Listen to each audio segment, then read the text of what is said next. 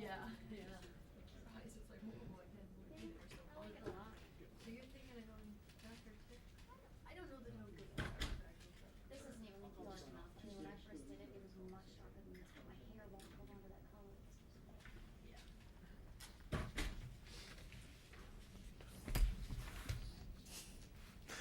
Okay, good afternoon again, everyone, and welcome to the Pentagon briefing room.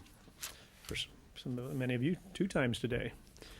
And it's a privilege to have with us today from Iraq, Colonel Steve Townsend, United States Army, Commander 3rd Stryker Brigade Combat Team, 2nd Infantry Division. Sorry about that. Steve and I go way back. His brigade has been deployed to Iraq since August 2006. They're currently conducting operations as part of Multinational Division Baghdad. You may have seen images of these operations recently from B-roll. The unit has posted on the Divids Hub, so they have tried to make stuff available to you to use. And Colonel Townsend speaking to us from Camp Liberty in Baghdad. And with that, Steve, I'm going to turn it over to you for any opening comments. Thanks, Gary. Good afternoon and good evening from Baghdad. As you just heard, I'm Colonel Steve Townsend. I command the 3rd Stryker Brigade Combat Team, 2nd Infantry Division. We're home based at Fort Lewis, Washington. We're also known as the Arrowhead Brigade. A few days ago, we completed our most successful clearing operation since Operation Fard al-Qanun began. As a result of this operation, 3,200 roadside bombs have been prevented. 42 terrorists were jailed, and enough weapons and explosives were captured to outfit an enemy infantry battalion. Now let me give you a little background on how we got to where we are today. The Arrowhead Brigade presently has about 300 strikers and 4,000 soldiers fighting here in Iraq. For a bit of historical perspective, the Arrowhead Brigade is the Army's very first Stryker Brigade. We're the first Stryker Brigade deployed in combat, where we served in Samarra, Mosul, and Tal Afar in 2003 and 2004. We're the first Stryker Brigade to return for a second tour in Iraq. Nearly half our soldiers in our formation are veterans of our brigade's first deployment. Almost 10 months ago, we returned here to Iraq, to Mosul and Nineveh province, replacing the 172nd Stryker Brigade there. We operated throughout Nineveh for 5 months, in the key cities of Mosul and Tal Afar, and made great strides in helping the Iraqis stand on their own feet. We partnered with the Iraqi security forces and helped 2 full Iraqi Army divisions stand up and take the lead in fighting the insurgency. We also helped to maintain the great progress already achieved by the Iraqi police force in Nineveh.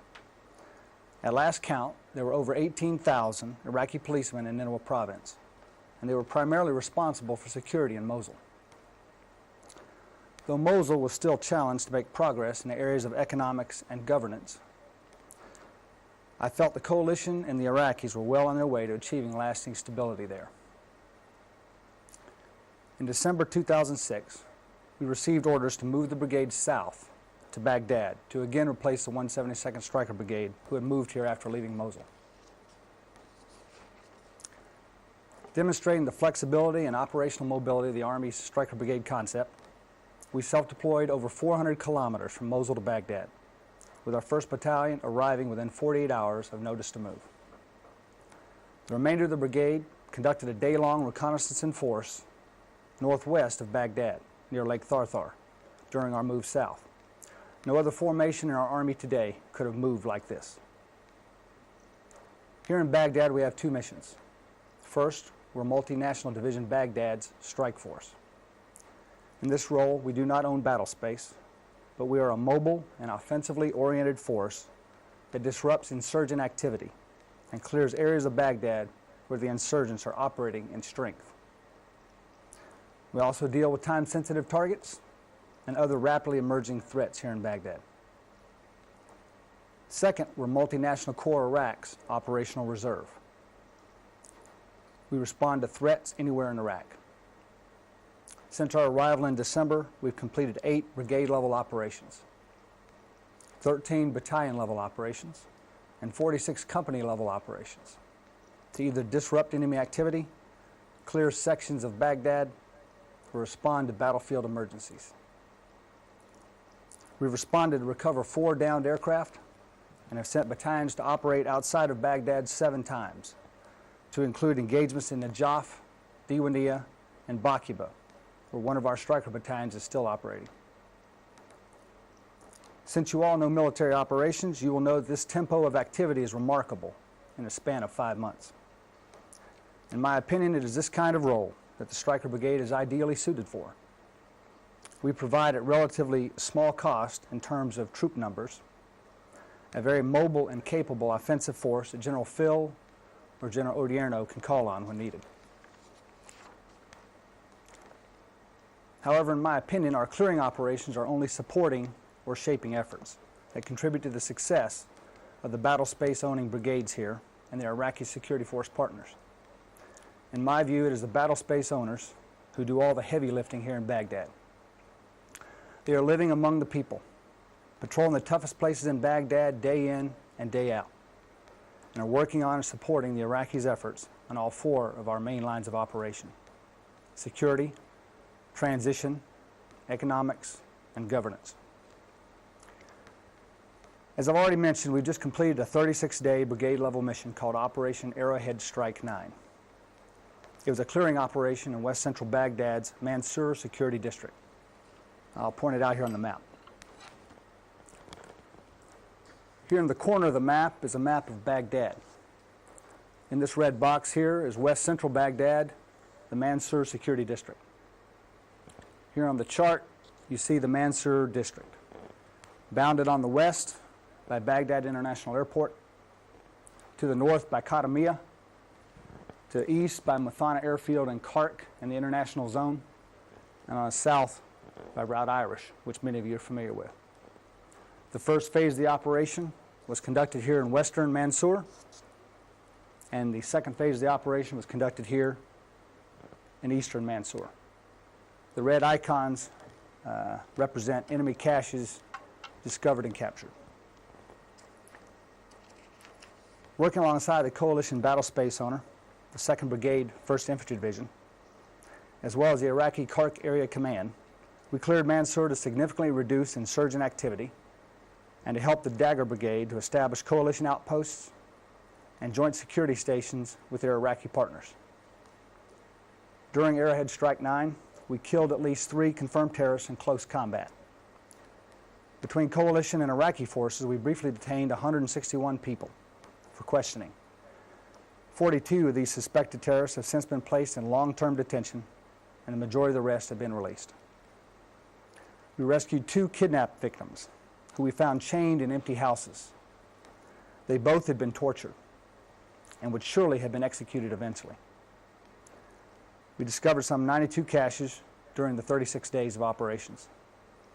We captured or confiscated 356 small arms, mortars, or rocket-propelled grenades. We captured and destroyed 147 explosive munitions. We discovered and reduced 3 car bombs and 2 suicide vests. We found and destroyed over 143 completed or partial roadside bombs. We captured a roadside bomb electronics factory that held components for up to 3,200 other bombs.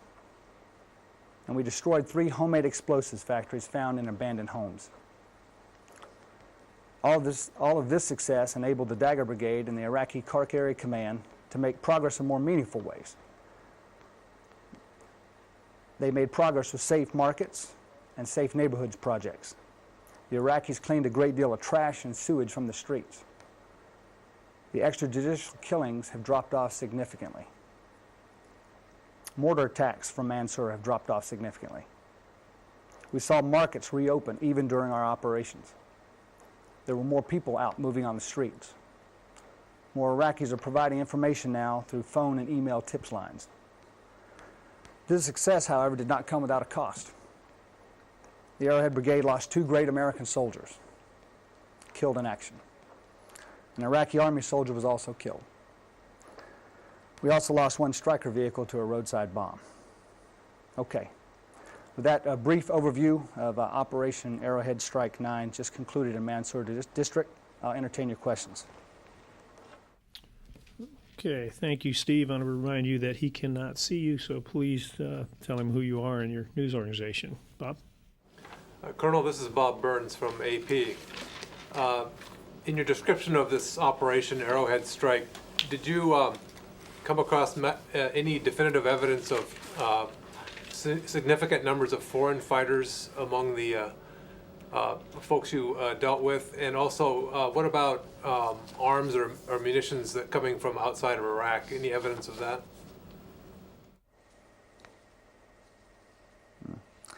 Okay, thanks for the question. I didn't quite hear the first part, but I think what you asked me is, did we encounter foreign fighters? My forces did not encounter any foreign fighters during this operation. The Iraqis who were operating alongside of us one day reported capturing an Afghan national. I don't know if they did or not. I'm not sure that person was ever positively identified as an Afghan. But we did not encounter any foreign fighters during this operation. And reference materials coming in from outside of Iraq. We did find munitions from Iran. We found munitions from the former Warsaw Pact, and we found munitions from China. I couldn't tell how long those munitions had been here in Iraq.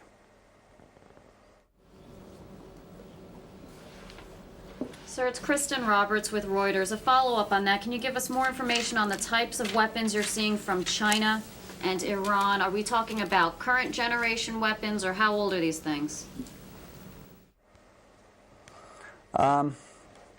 Yeah, I think most of those, for example, from former Warsaw Pact nations and China, are pretty old. Probably been here for years, that's my guess. And small arms ammunition, those kinds of things. About the only thing that I've seen recently that can be directly traced back to Iran is small arms ammunition and mortar rounds that are in condition good enough to lead me to believe that they're recently brought here and not purchased some years ago. However, it is possible to store munitions in good conditions and keep them looking pretty good for some period of time.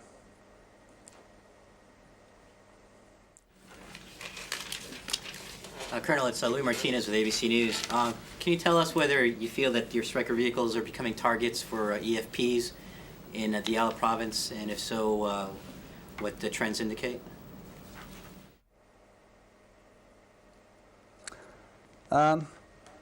No, I don't think the Strykers are targeted any more or any less than any other U.S. or Iraqi combat vehicle here in Iraq. I don't see any evidence of that in particular. In fact, they may even target us a little less. I just know that my soldiers are very confident in their Stryker combat vehicles, and I, for one, join them and prefer not to be in any other combat vehicle on the battlefield.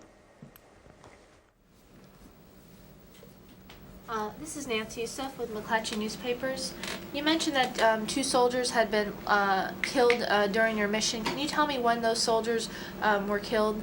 And also, as you know, April's been a particularly deadly month for U.S. troops in Iraq. Do you feel that your soldiers are under increased danger under this new mission as they go out into communities more? And if so, what are you doing to protect them?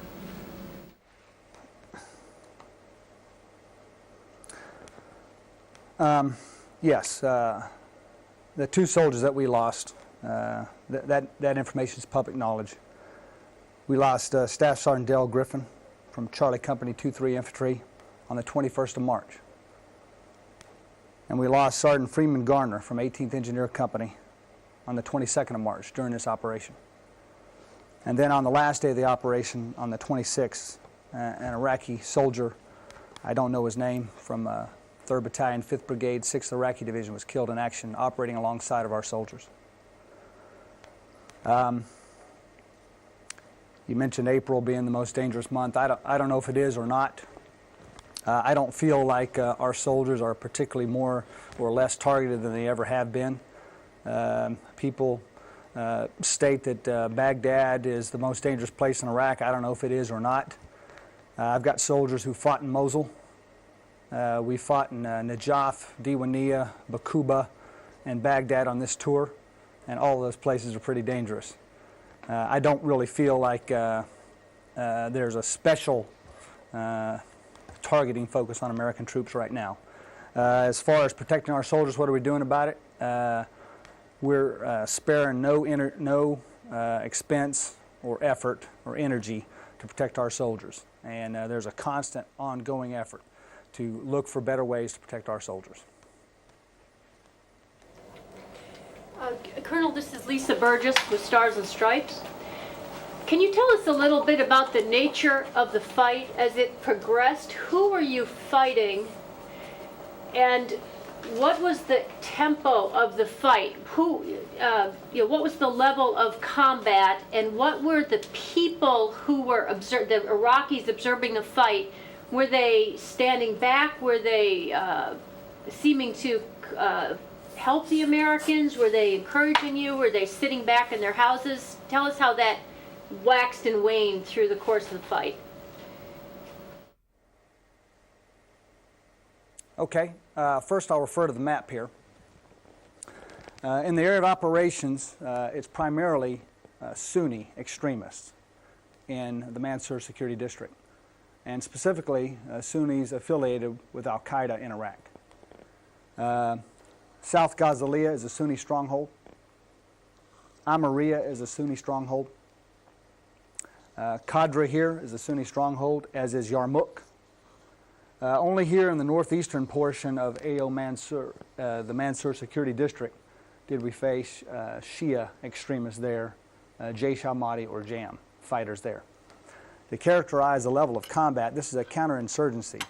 So most days go by relatively slowly and quietly, with sudden bursts of action and terror.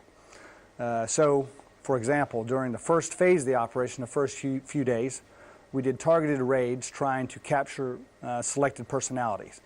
That brought our soldiers into a lot of close contact with suspected terrorists. After the first couple of days go by, most of the terrorists melt into the woodwork, and you get sniped at or mortared or a hand grenade thrown over a wall here and there.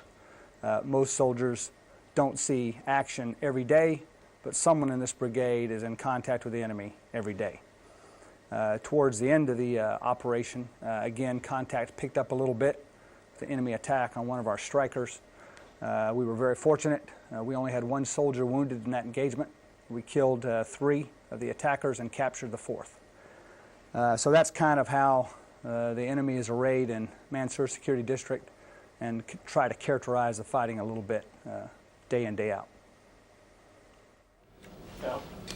Colonel, this is Al Pesson with Voice of America. It sounds like you've been involved in one of the first clear operations of this new phase that we're in now with the surge and the new security plan. Can you characterize how it went compared to what you expected? Tell us what's happening now with those other units that are responsible for holding and building, and what's next for your unit. Okay, I think the operation unfolded about as I expected. Probably a little bit more successful, quite frankly, than I expected it to be. The numbers of the Arrowhead strikes tell you about how many of these we have done to date. And some of them were clearance and disruption operations that we executed before FARD al-Qanun, or enforcing the law, actually got started. So this is not the first one, but it's probably the most successful example. As far as what the battle space owners and the land-owning brigades are doing, they were an integral part of this operation. In fact, my clearing operation supported their efforts. I provided them some additional troop power, manpower, to do some of these tasks that they find it difficult to do in large scale. So they have the forces they need to control the area, so my job is to help reduce the enemy activity in the area so they can then control it with their Iraqi security partners. And that's what they're doing. But while we were doing our operations, the Dagger Brigade was doing things like clearing in adjacent sectors, manning their checkpoints, running routine patrols, talking with the people, instituting civic action projects, building safe neighborhoods and markets, cleaning the streets, those kind of things, and working with their Iraqi partners doing all of those. So that's what they're doing, and they're doing that now. And what I hope we've done for them is reduce the level of enemy activity and violence in Mansour to help them get at their work better. I had asked what was next for you, but I also wanted to follow up on what you said, that this was maybe the most successful. Why is that? I mean, what did you do, or what was your approach that was more successful than others, and where have others run into problems? Okay, I do think it was the most successful we've done, and there's a couple of reasons for that. One is we've learned a bit as we've been doing this. This is the 9th one like this we've done. So we've learned a lot and gotten better at this ourselves. Two, it was successful primarily because the superb integration with our sister brigade, the Dagger Brigade. They were veterans in their area of operation. Previously, on some of these operations, we did clearance operations that were designed to introduce new forces into their zone, arriving forces that are part of the surge, both Iraqi and U.S. So they were less able to assist us because they were new to the area themselves. The Dagger Brigade are a bunch of veteran soldiers that have been operating in Mansour for a while. So they were very familiar with the ground. They helped us about as much as we helped them. This synergy, I think, helped make it much more successful. Additionally, the Iraqi security forces are much more prepared for this. They've got adequate forces in the sector now, and they were commanded by a very capable Iraqi Army general named Major General Abdul Amir. He is the Kark Area Command Deputy Commanding General, and he was the tactical commander for this operation. Both the Dagger Brigade commander and myself worked for General Abdul Amir, and he ran the operation, and we supported him throughout with his forces as well operating alongside of us. So I think the combination of all these things is what made it so successful. You ask about what we're doing next. I don't want to go into that in great detail. Suffice it to say, we'll be doing more of what I briefed you about in my opening statement. Sir, Donna Miles from the American Forces Press Service. Would you talk to me a little bit, please, about the interaction your unit has with the Iraqi people and how you've seen that change during your time in Baghdad? Yes, sure. Our interaction with the Iraqi people is variable based on the area that we're at.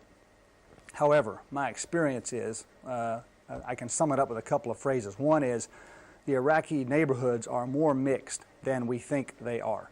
Even the neighborhoods that I pointed out here on the map that I said were predominantly Sunni are predominantly Sunni, but they are still mixed. And the areas that are predominantly Shia are also still mixed. So that was a bit of a surprise to me. As we've operated with the people, what the people seem to want more than anything is, first of all, security. They're tired of the violence. They want to have a normal life. Secondly, they want their government to function, and they want essential services, things that we kind of take for granted back home, the trash to get picked up, clean water to come out of the tap, the sewage to flow away, these kind of services, electricity. And so they're looking for their government to provide these kind of things. Their interactions with us generally are pretty positive. There are some that are hostile, but I don't see that many. There are some that are very friendly. I probably see a few bit more of those, and most are just a little bit ambivalent. I think I don't really think many Iraqi folks, people want us here, but they think we're necessary. And that's generally the feel I get as I talk to the Iraqi people during these operations. I know this, that the longer we operate in their neighborhoods, when we first get there, they're very hesitant to come out and engage with us and speak with us. The longer we're in their neighborhoods, the more they come out. And pretty soon they're walking the streets, they're going to the market, the kids are playing around our vehicles and our soldiers, and they're talking to us. And they're providing us information. When they see that we're there and we mean business and we're going to stay, they provide us information. Sir, this is Joe Tabit with Al Hurra. Do you think the idea of building fences and walls could be helpful in reducing the level of violence in your area?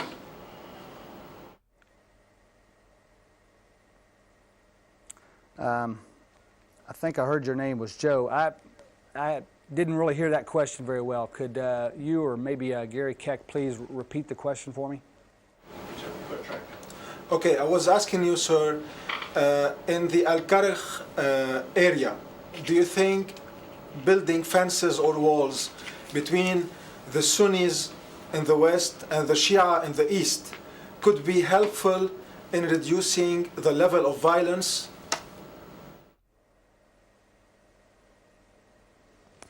Okay, I think I heard most of the question, but I missed the key word. I got something about the Sunnis in the west, the Shias in the east, and would something be helpful in reducing the violence? Please tell me again, what's the word you're looking for there? What would be helpful? Okay. Do you think the idea of building walls and fences is helpful? Steve. Can you hear me, Steve? Yes, I hear you great. Okay. Joe's trying to ask if the building of walls or fences amongst these neighborhoods would be beneficial in your area. Okay. Yeah, I understand the question now. Thank you for your patience. Walls and fences. Okay. I think what you're probably referring to is the Safe Neighborhoods Initiative. We're not experts in any one place in Baghdad. The guys who live on the ground constantly are. However, in our job, we get around all of Baghdad and see a lot of it. And these safe neighborhoods are springing up all over Baghdad. Usually, in my experience, they're done in close coordination with the coalition forces, the Iraqi security forces, and the local leaders. In some cases, I have seen the local neighborhood leaders come out and actually point out on the ground where they want barriers. Now, these barriers are temporary in nature. They're not intended to enclose anyone, or they're not intended to separate Shia from Sunni. What they're intended to do is make neighborhoods safe. And so we engage the neighborhood leaders. The battle space owning brigades go out there and they emplace barriers and entry points where the people want them and the local leaders want them. Usually there are foot entries and there are also vehicle entries. They're not designed to keep folks out except terrorists. You have to pass through an entryway, and there's an Iraqi security force, or in some cases, a local neighborhood watch person who stands there and identifies the people coming in and out of the neighborhood. This same initiative is being applied to markets throughout Baghdad as well. And that has been successful in reducing the violence, particularly from large car bombs, in the marketplaces. So I don't advocate a wall between the Shia in the east and the Sunni in the west. But I am, I think, a supporter of the notion of safe neighborhoods and putting some temporary barriers around these neighborhoods to make it more difficult for bad people to get in. So, Steve, we've come to the end of our time. We appreciate you giving us an update on your brigade's operations, and we'd like to offer you the opportunity to give some closing remarks. Okay, thank you. I appreciate your attention today, and I thank you for your questions. And I'd like to say in closing that along with all the U.S. military forces here in Iraq, Arrowhead Brigade would like to thank the American people for their continued support. We know there are a lot of questions back there about this war, and we just want you to keep supporting our soldiers over here and in the work we're doing. That's very important to us. And I'd like to especially thank our family members back at Fort Lewis, Washington, and the folks at Fort Lewis, Washington there, the military folks there, who are taking care of our families, our rear detachment soldiers, and our wounded soldiers. And I really appreciate that continued support. Keep us in your thoughts and prayers. Thanks. Will do, and hopefully we'll talk to you again down the road and see how things are going. Thank you much, folks. Thanks, Gary.